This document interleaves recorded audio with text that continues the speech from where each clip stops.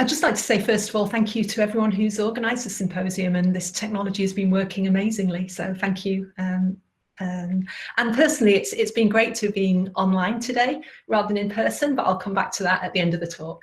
So my name's Lynn, and the research in this abstract has been primarily led by Lisa Thomas and Emily Winter. We're all at Lancaster University up in the northwest of England.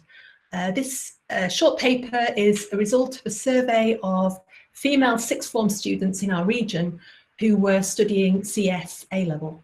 The surveys took place in the summer term last year, so 2019. Move on. So the structure of the presentation will follow the structure that was in the abstract, so looking at background, method, findings, and then conclusion. The background, I'll quickly cover some of the statistics regarding female participation at various stages of CS education and in the tech workforce, and then look at some of the impacts of this. So to start with, these statistics are probably very well known to many of us. So females make up 21.4% of GCSE students, 13.3% of A-level students, 17.2% of undergraduate students, and 17% of the tech workforce.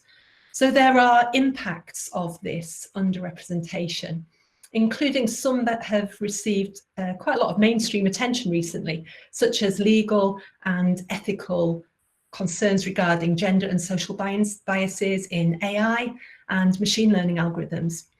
And there's also direct issues on women who are entering CS education and the tech workforce through persisting stereotypes of computer science as masculine discipline that may put off otherwise interested and highly competent women. So for the methods, I'll cover here an issue that we had to delete from our abstract due to word limits, and that was our selection of schools, specifically which schools offer A-level CS in Lancashire, and how many females could we expect to complete our survey. And then I'll share some elements of our questionnaire.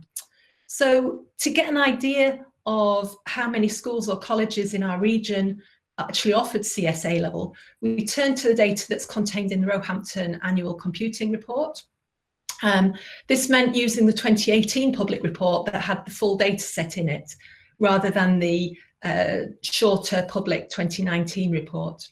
So on the screen, I've edited table 15 of the report to just show Lancashire, and that showed that we could expect 17 providers offering A-level CS in Lancashire and 195 students.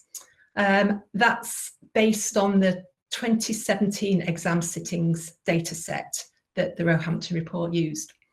So that's 195 students in our region doing CS A-level. So we wanted an indication of how many females there might be from that.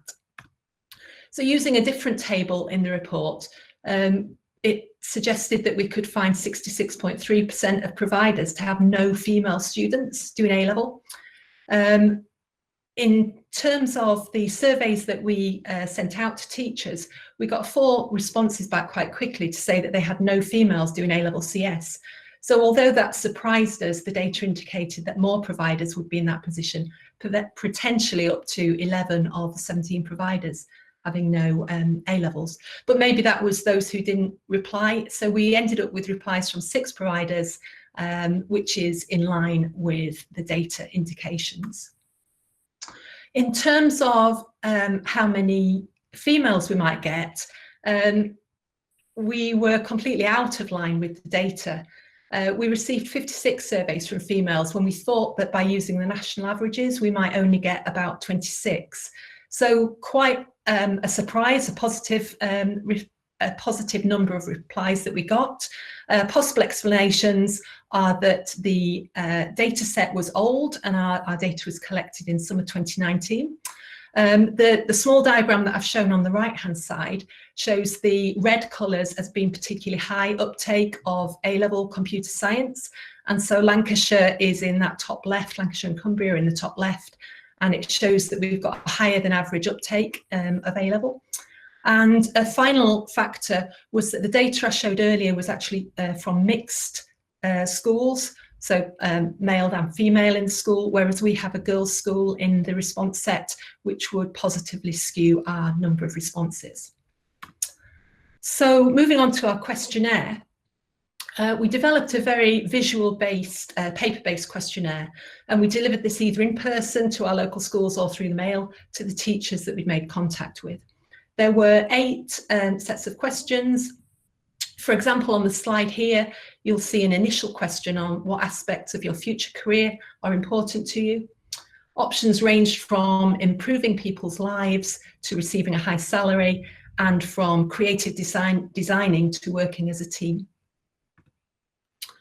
For the paper abstract, we focused on responses to questions on projects and on future studying intentions and on opinions to gender disparity in computer science.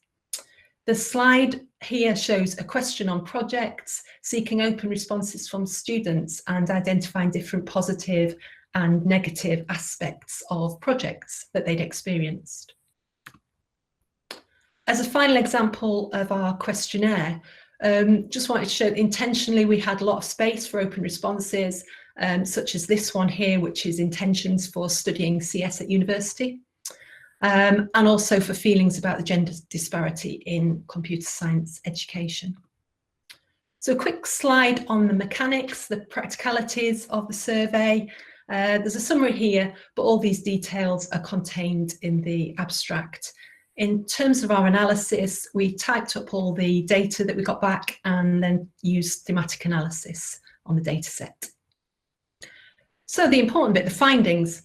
In the abstract, we focus on a slice of the questions that give insights into projects, into future studying intentions, and on feelings regarding to gender disparity. From that, we got 3 main findings: a strong sense of social purpose, a rather fragile sense of belonging, and lots of hedging of answers. Hedging isn't something that I was familiar with before. It's certainly not something that we were expecting in the answers, and it's something that Emily spotted in the data and commented that once she'd spotted it, it was amazing how prevalent it was. If you haven't come across hedging before, in our case, it manifested most typically as a negative feeling that had an extra diminishing clause added to it. So for example, responses might say, I'm a bit intimidated about what it would be like being in such a minority group, but I make friends easily, so I'm sure I'll be okay. So something negative followed by something that was diminishing the impact of that.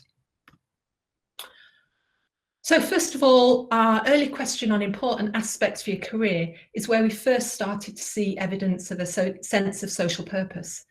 Based on weighted calculation of responses, we saw that students favoured developing technical skills in their careers, followed by 2 aspects that linked to a sense of social purpose, namely improving people's lives and improving society. We saw that, surprisingly maybe, creative designing didn't get that many likes, and working alone, not unsurprisingly, didn't get many likes.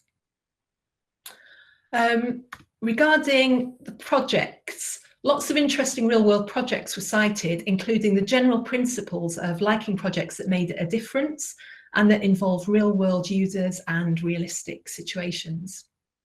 Specific projects included lots of medically related systems and lots of locally relevant businesses and charities.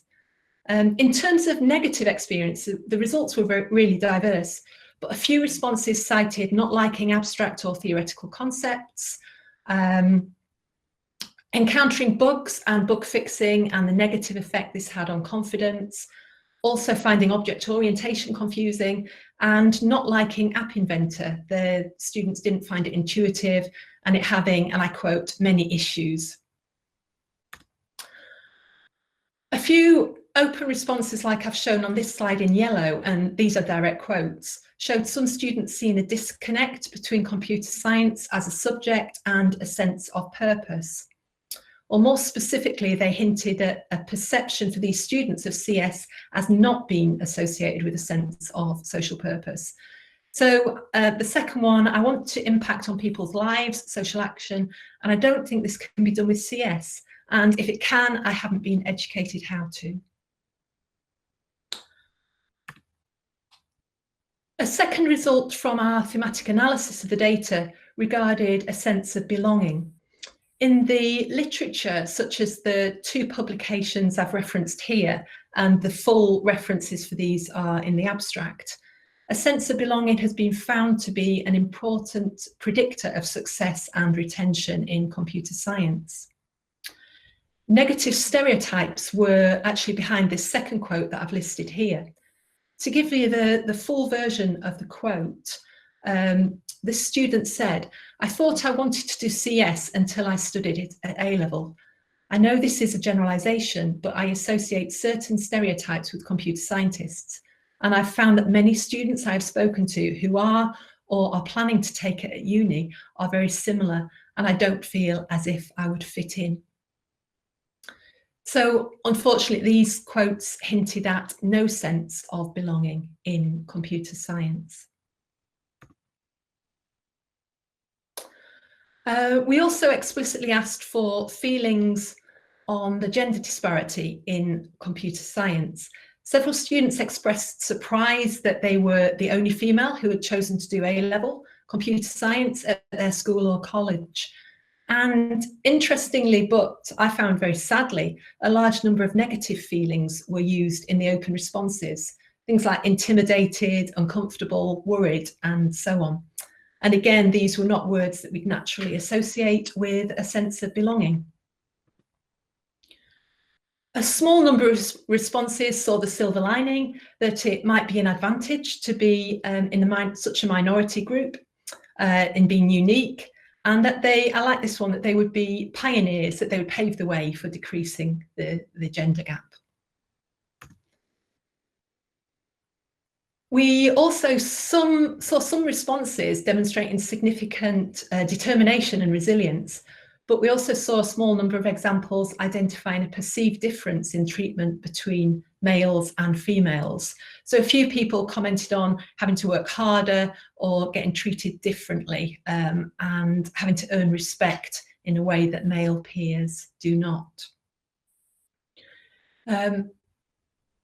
Again, the examples are on the slide.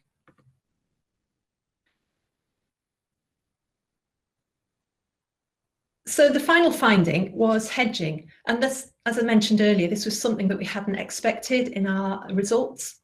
As I mentioned earlier, this is a negative feeling, but with a diminishing clause added to it, and at least 20 of the 56 surveys demonstrated this linguistic device really clearly.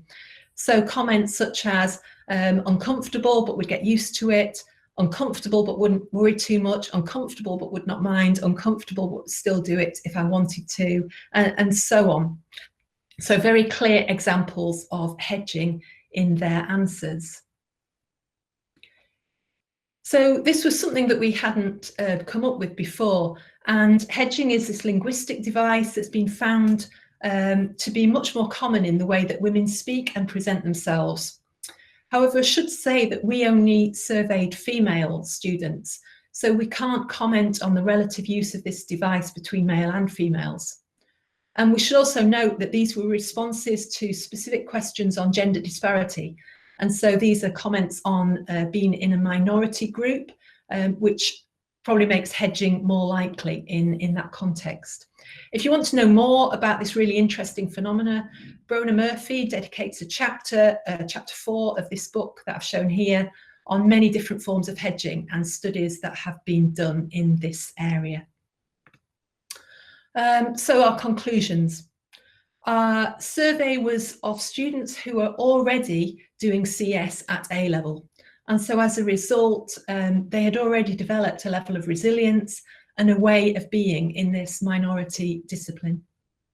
The data showed a clear sense of purpose, a sense of social purpose, specifically in the projects that they like doing. But it also showed a very fragile sense of belonging as part of this discipline. And finally, as I've just shared, lots of hedging, including a self-responsibility to adapt. So people felt that it was their responsibility to adapt, to fit in and succeed. And I think that provides a challenge to us all, in that it is our responsibility at department institutional level to adapt and to as we've already heard in the previous talk, to come up with ideas that make this sense of belonging more prevalent for minority groups in computer science. So I said at the start I was particularly grateful today to be actually able to work from home and to join this conference online. The reason is that these beautiful little girls were born this morning. They're 2 little Shetland lambs, and it was great to be able to witness their birth at around 7 o'clock this morning. So I'm happy to answer any questions either on sheep or on what I've just presented.